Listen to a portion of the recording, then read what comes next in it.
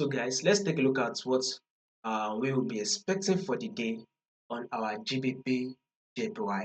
So to those of you that are yet to subscribe to the channel, if you are new and you've not yet subscribed, make sure you do also click on the subscribe button, like, share, make your comments, and also make sure you follow the Telegram channel so that once we drop one or two updates, you will not miss out on any single updates. You will find the link to the Telegram in the comment section.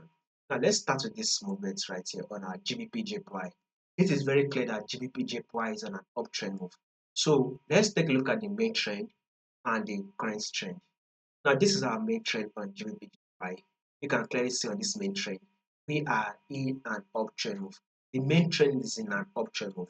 Now when you zoom it in right here and take a look at the current trend, you can see that the current trend is currently also an uptrend move, right? Now this is the high the market did give us.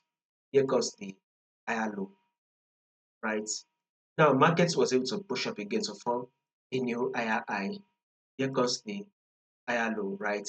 Now market has now pushed up to form an equal high right here. This is an equal high the market has given us. So expect a little bit of a reaction at this level, which is a pullback. After the reaction, which is a pullback, we should expect market to push up one more time to form a new higher high.